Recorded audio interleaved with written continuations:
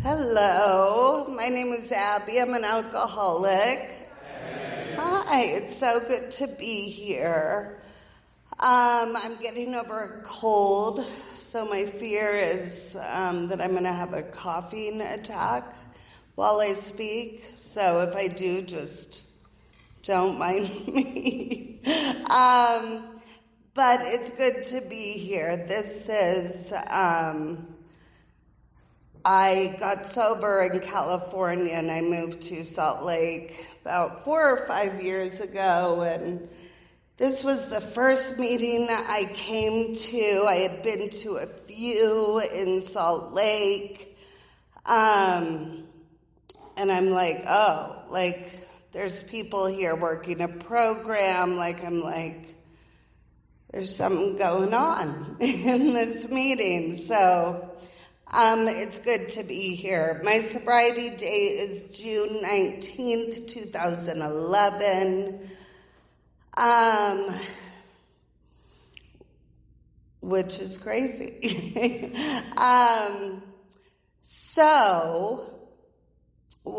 First I want to welcome the newcomers and the out-of-town visitors. I know what it's like to be new. I know what it's like to be very uncomfortable sitting in an AA meeting. I was not someone who loved going to AA meetings. It felt very awkward, and I don't know, when I got sober, I was so uncomfortable without drugs and alcohol. I didn't really know how to function. I shook for about 6 months. Not even from detoxing, just like from severe anxiety.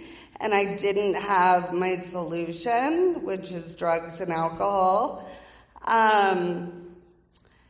But what I will say is that Alcoholics Anonymous saved my life. I believe in it 100%. And it took a long time for me to pick up the solution and really be part of Alcoholics Anonymous. I grew up in Park City. I grew up in a good family with loving parents, a very dysfunctional house, but loving. You know, my parents would do anything for me. And really, I think my mom's career was like fixing me for like 20 years. What can we do to fix our daughter? Because she's insane. And that spiritual malady I had since I was really young. And it talks about it in the big book, like, you know, I was drinking for the effect. And since I was very young, I've been trying to make myself happy in different ways. And doing weird shit to do that. I was sneaky from a young age. I was anxious. I was lying. I would hide stuff. Just weird behaviors, you know. I stole a lot. Even before I started drinking, I would steal, like, when I was, 13, I would steal my mom's credit card and go buy, like, a bunch of makeup, or, like, forge a check and go to the bank and go shopping. And it's just like I had to have this stuff to make me feel better. Because I just didn't feel comfortable in my own skin, you know, at all. And drugs and alcohol made me feel very comfortable in my own skin. And I relate to that part in the big book where Bill's like, I have arrived. I mean, being intoxicated was everything, Suddenly I did not care what people thought about me. I was social. I could do anything. It was a really good solution for a long time. I was introduced to AA at a really young age because my mom was a counselor, and she taught drug and alcohol prevention classes. And I went to my first rehab at 15. And I knew even at that time, I don't use like my friends. I really liked being drunk and being high. And I wanted to feel like that all the time. And I just start fooling myself because I have to. And I still can do that to this day, that what I'm doing is normal. That it's normal to smoke a joint before school, to drink vodka in the bathroom, all that stuff.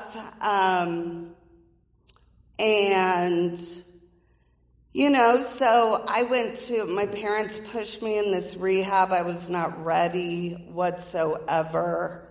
But they're like, you're going here. Because I had stolen a lot from them, and okay. And that was kind of my life for the next 15 years. I went in and out of probably 20 rehabs. Not that it matters, If you've never been to one, if you've been to a million, it's like I just had a mother who was like, send her to rehab, send her to rehab. And it's amazing when I look back at my story and my using career.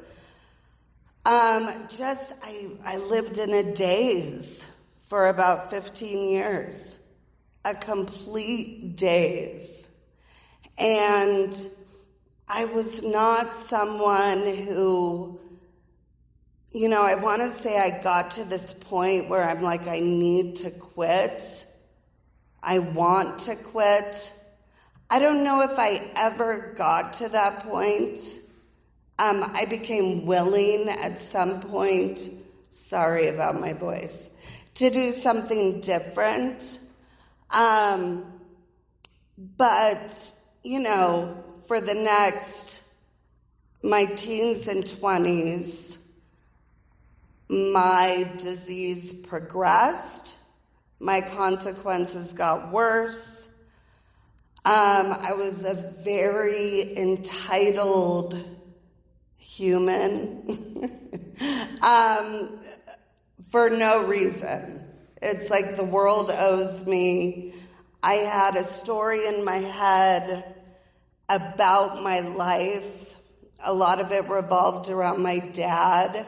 My dad made a lot of mistakes, but he did the best he could when I'm looking at the truth about our relationship. And he didn't know what to do with a daughter who would steal thousands of dollars from him on a monthly basis, We didn't talk for about 8 years. At one point, I eventually got arrested. I was hanging out with people who sold drugs. I was stealing a lot, and So at that point, it's like, yeah, I don't want to be in jail. I don't belong here. How dare you arrest me? I'm a victim. That was kind of my attitude. But it didn't stop me from getting loaded, you know.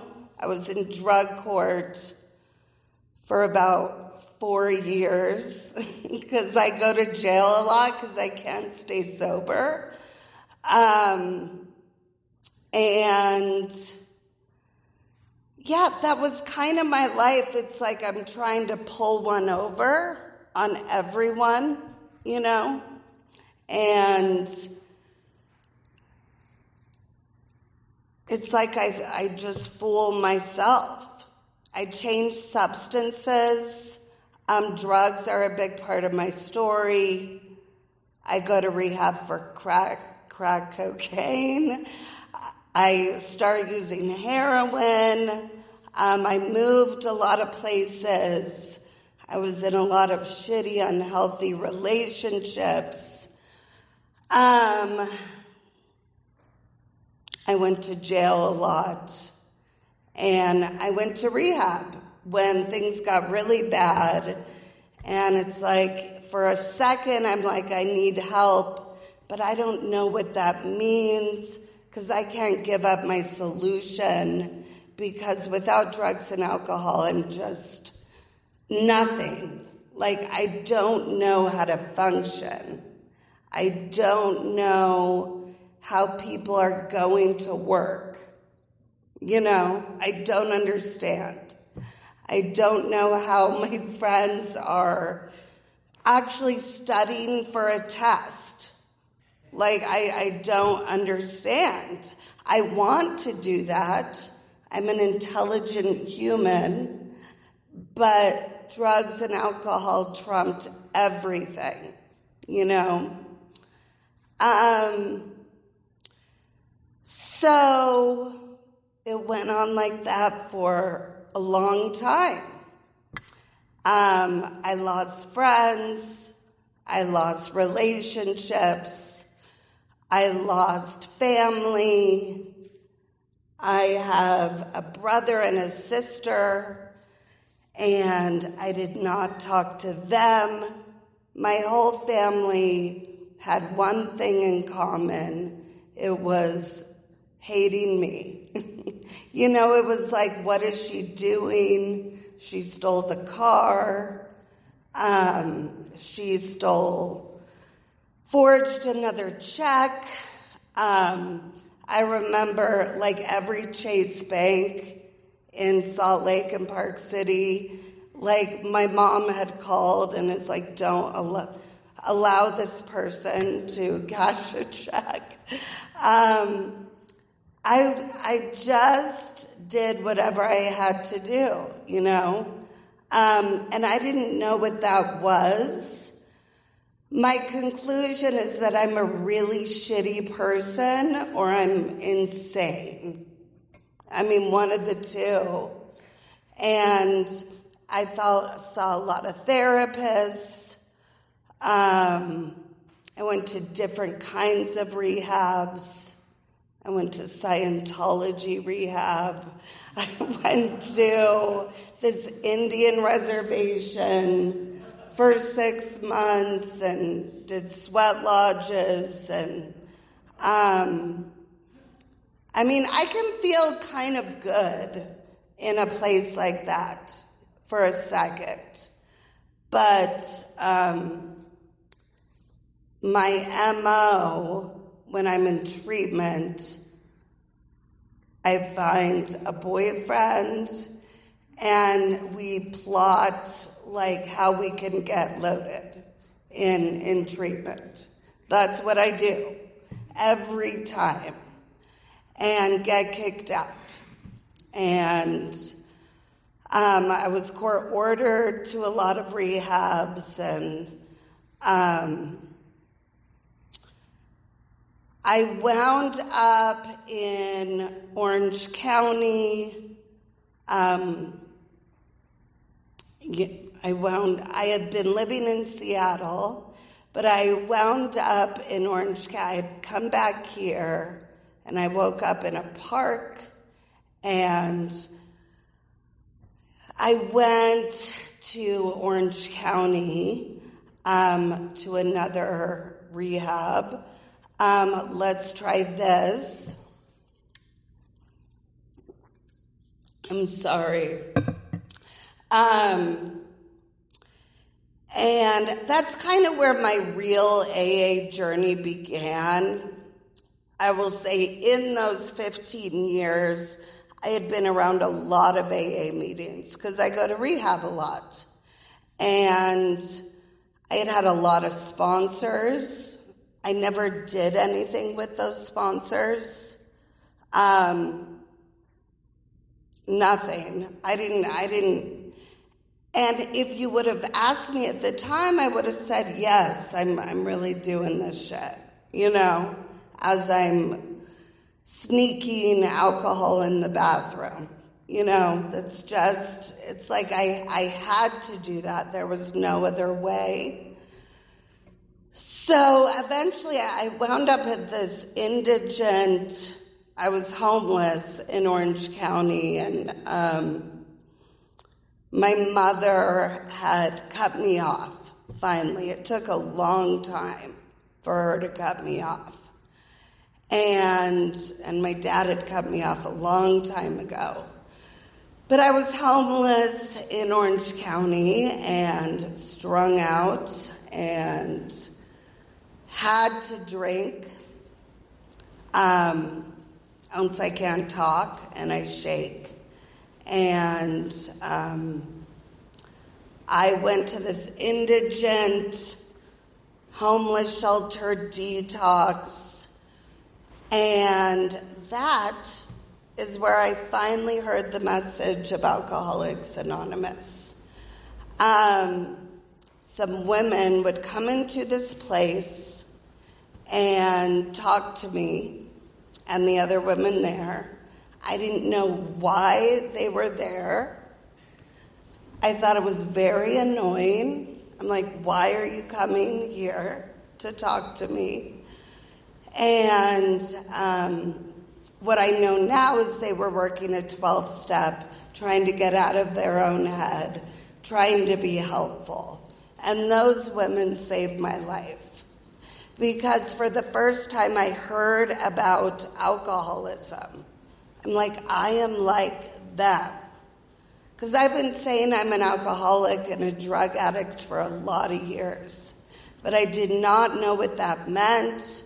I didn't know what the big book said, how it described alcoholism. And they taught me. And they were talking about starting and stopping and starting and stopping. And why can't you stay stopped? And your head running and being uncomfortable and selfishness, thinking about myself all the time. And I related. And they asked me questions that I thought were very mean. They're like, what do you have going on in your life? I was 30 years old. And for me personally, I didn't have shit. That doesn't mean if you have a beautiful house and stuff going on, you can't be hopeless. I've met several. But I didn't have an ID, a license, a bank account. Family was not talking to me. I didn't have anything. I had no job history. I just have a feeling like the world owes me, and like someday I'm just going to get a $100,000 a year job just like on, automatically. But I didn't have anything. And they got my attention because for the first time it was like people telling me the truth. And they're like, that's not normal. And I'm like, what? I thought it was normal. Like, my life was so normal. You know, to live in motels, to do whatever you got to do, hang around scummy people. That was so normal. And it's not, you know? Like, it's not normal to go to rehab. Normal people don't go. You know? Sick people go. They also told me you're going to get drunk again. You know? Chances are you're going to do this again. And I'm like, what? You know, like, how rude.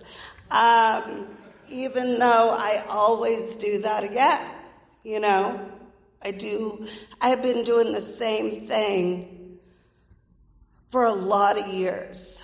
And so they got my attention, and, you know, it talks about it in working with others, like these women were armed with the facts about themselves. They knew, it's like what I knew about them is that they were happy, they were kind, they were understanding, they left in cars. But they also, like, told me the truth. You know, for many years it was like, darling, it's going to be okay. Just take it easy. The truth was I was completely fucked, and I needed a solution, like right now. And with some years sober, I still need a solution right now because I am an alcoholic, and the problem that I have centers in my mind, and my head can talk me into anything, and I can believe it. The last time I got loaded again after I met those women, and I asked one to sponsor me. For the first time, I started following suggestions. So I had some willingness. Things had gotten really bad. I saw a glimmer of hope. What I knew is that I'm going to do this for the rest of my life. Like, I'm going to go in and out of facilities, institutions. I'm going to live off the government or a scummy man. And because there was I don't know how to support myself whatsoever. I had never done it. I had never paid taxes. I never did. It's like I'm above this. I don't know what you're talking about, you know? But I did get loaded again. Because that's what we do. We get loaded again. I didn't one day just start being perfect or, you know, I admitted to steps 1 and 2, and this idea of a third step freaked me out. Turn your will and your life over to the care of God as you understand Him. I believed in God. I was not someone who was like, I like spiritual stuff. I'm drawn to it. I like crystals. I like all that stuff, different kinds of spiritual stuff. But it's very fleeting for me. Like, it doesn't mean anything because I don't follow through with anything. My sponsor would tell me, you got here today when I was new, doing whatever you want to do. And that was a hard pill to swallow. Like, my goal was not to fuck up my life and make my mother a nervous wreck and my siblings hate me and to have a record and all this stuff. I'm just trying to feel better. But that's what I do. And I had a hard time turning it over. I still have a hard time turning it over. That's why I have to work this program all the time. Faith has to work through me 24/7. And I have to seek a power greater than myself to live in this world sober. So I got loaded. The last time I got loaded, I smoked some spice from a can at a grocery store. And ridiculous, because I'm a junkie and I like to drink vodka. And I lied about it for a long time. And I had this very militant sponsor, and it was like my ego would not let, I had like 3 months when I relapsed. My ego would not let me tell anyone that I got loaded. And I had lied to myself and fooled myself that it doesn't matter, it's spice, And really for some months I didn't really think about it. But the action that I took, it's like this sneaky, go to the smoke shop, make sure no one's around, and go hide behind this dumpster, make a pipe out of a can. It's like really, it's gross. It's ridiculous. And I don't know, I had this friend who, in meetings, she started sharing about how she was doing whippets at her work and lied about it for a long time. And I started going crazy because I'm like, I have to get honest about this. And there's that part in the book, it's like, we have 2 alternatives: go on to the bitter end or accept spiritual help. And I have those 2 alternatives every day. Eventually, it's like, I'm going to pick up because I have no power to choose. I drink like I breathe. That made sense to me. I heard that in a meeting. Because, I don't know, I thought what I was doing was a choice, But when I look at my experience, that solution of feeling different, I will go to any length to feel different in any way, with as opposed to just being in my own skin. And eventually I got honest about that. My sponsor did not care. She's like, okay, change your sobriety date. I have this head that thinks everyone is thinking about me when nobody is, I found out a lot of my anxiety, and I've been diagnosed with anxiety disorder since I was very, very young, is just severe self-centeredness. Severe. Like, I just think you're all judging me right now. And it's like, really, you're probably thinking about yourself. You probably don't give a fuck what I'm saying. And that's just how I am, And it takes a lot of spiritual action for me to get out of that. So that's the last time I got loaded. And eventually, for the first time, I worked the 12 steps of Alcoholics Anonymous, all 12. I made mistakes every day. But I changed everything. And I will say getting sober, if you're new, it's like this is available to you.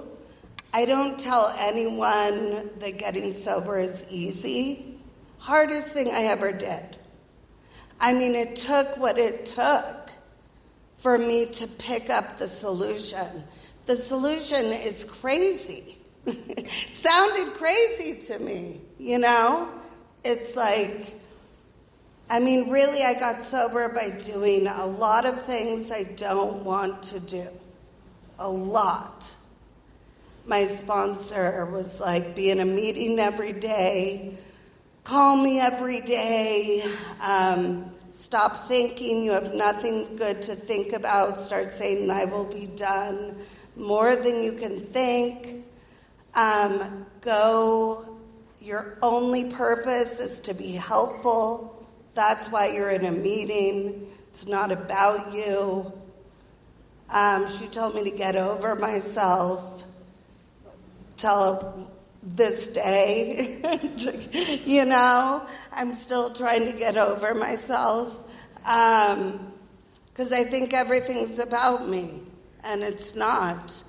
I learned that we recover by helping others, and I was an anxious wreck. Drugs and alcohol are my solution.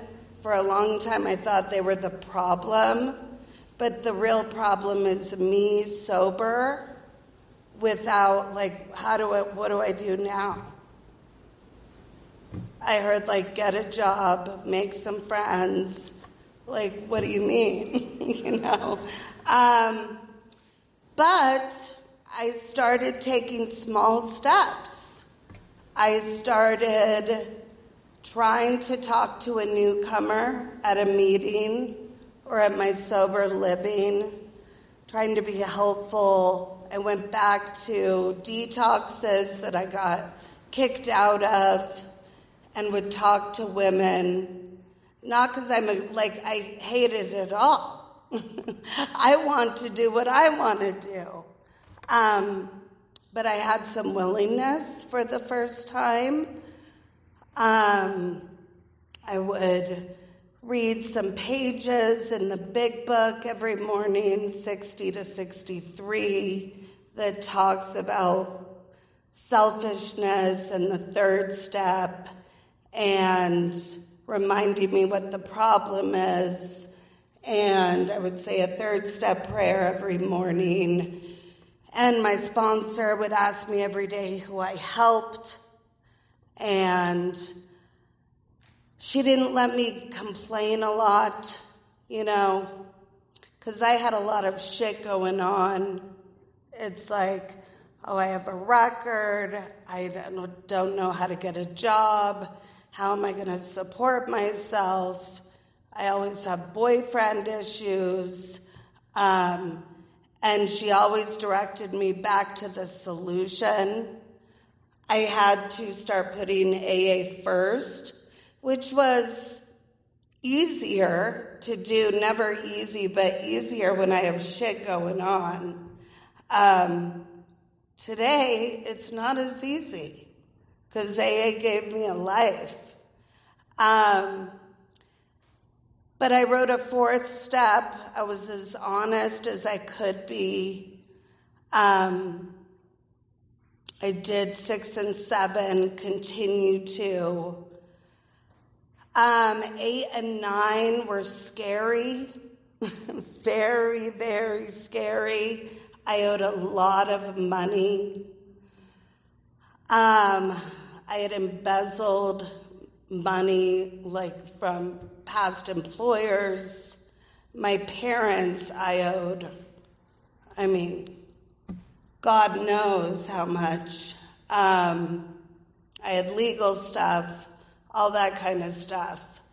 And I started making amends. And I had a telemarketing job for about 3 years. I mean, it was hell, and I think I'm above it. But it was a really good mindless job for putting a program first. I went to my stupid job, and then I went to meetings and tried to be helpful. And for the first time in my life, I had a routine, which scared me as well.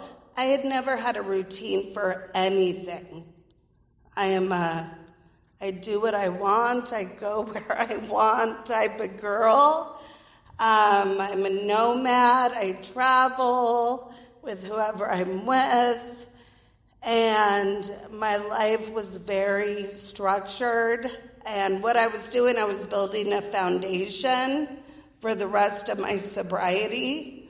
And it was painful, a lot, like not to buy that dress because I owe amends. I had to sacrifice. I know nothing about sacrificing shit, nothing. But I started, and I made a ton of mistakes, still do, but I started just doing these things, and I would get bits of relief. I noticed, when I went and talked to other alcoholic women, I would be anxious and worried, and I would just feel, and I was scared to do that. I was scared to go to meetings, but I would get bits of relief, and I watched a lot of people get drunk around me. My first couple years sober, I lived in the sober living. I lived in two. I remember the first house, all the women, no one did shit, which that was me for many years. They were going on dates and, having fun, watching movies. And I was sticking to my sponsor's rigid direction. And it was eventually all those people got drunk. I got to see that. It was helpful for me. It became part of my experience to watch what's going on around me. I still better be watching what's going on around me,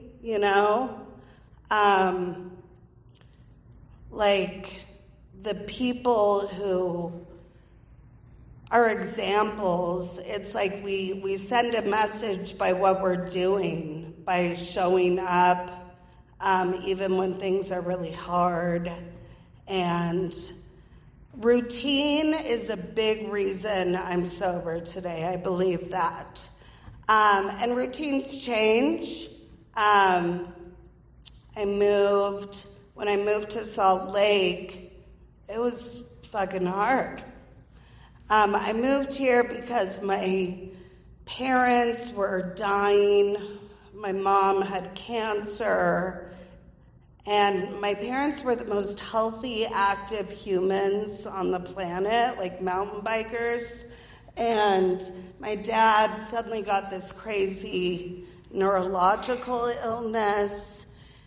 And so we moved here. I got married in sobriety. I had a baby in sobriety. Right before we moved here, I burnt my apartment down in Orange County with a cigarette butt, newly pregnant. Because I wanted a drag of a cigarette. And so side note, I put it out on our an old cigarette butt that I had found. I'm I'm going to have one drag. I'm losing my mind. And I put it out in this tin can, and we had camping equipment. And our whole apart, we lost everything. was dust. And the people who got me through that were people in Alcoholics Anonymous. I remember the same night I went to my home group, and people were just handing me money. And it was nuts. So, yeah, side note, got through that. I mean, getting sober does not mean my life is going to be easy. I've gone through just like life. I got married. I had a baby. I moved in sobriety. It was tough. I was used to my old home group. But Alcoholics Anonymous stays the same. Today I live in 10, 11, and 12, and I still have to make amends, and I still have to be convinced of steps 1 and 2, and work a third step all the time, and 6 and 7, and I've wrote many fourth steps in sobriety. So, I had to find my people here. And it's different than it was in Orange County, but that's okay. I still have a routine. On Sunday, I do Sunday things. It's like how it is. That was it's like this idea of doing stuff I don't want to do. Very helpful. Like it says there's a solution and almost none of us like it. And that was helpful to me. Like my sponsor would say, if you love this all the time, you're not doing it right. Because it's not meant to be comfortable, to look at myself, the truth about me, the stuff that I think about. AA gave me a purpose. That is my purpose, to help another alcoholic. Sometimes I forget that, but that is my purpose. That is why I'm here, to try and be helpful, so I'm trying. And I know what it's like to be around AA and be miserable and not understand what the solution is. I was misinformed and very confused for a lot of years. I just couldn't hear the solution. And I didn't want to pick it up. I wasn't hopeless enough. But everything in my life today that is good is because of AA. That's it. Like today I own a house. I have a job. I have a good relationship. My parents died, but they were proud of me, because they saw me live different. Amends didn't mean shit to them. It was like, we'll see what you do, it didn't. My mom was like, yeah, you have a good memory. When I'm telling her, I'm wrong for this. I needed to start living differently, not using people, not cheating on people, being kind to people. And I mess up every day, It's like today with a family and I have a 5-year-old and all that stuff, to still put this spiritual program first and practice principles is not easy. But it's simple. It's like I wake up, my ideas don't work. I need help with everything. I need to get out of my own head. I need to help someone. I need to be accountable. I need to take action to seek a power greater than myself. A lot of people get stuck on the God idea. My sponsor didn't talk about God at all. It was like, what are you doing to seek? What action are you taking? I want it to be just struck sober. It's not my experience.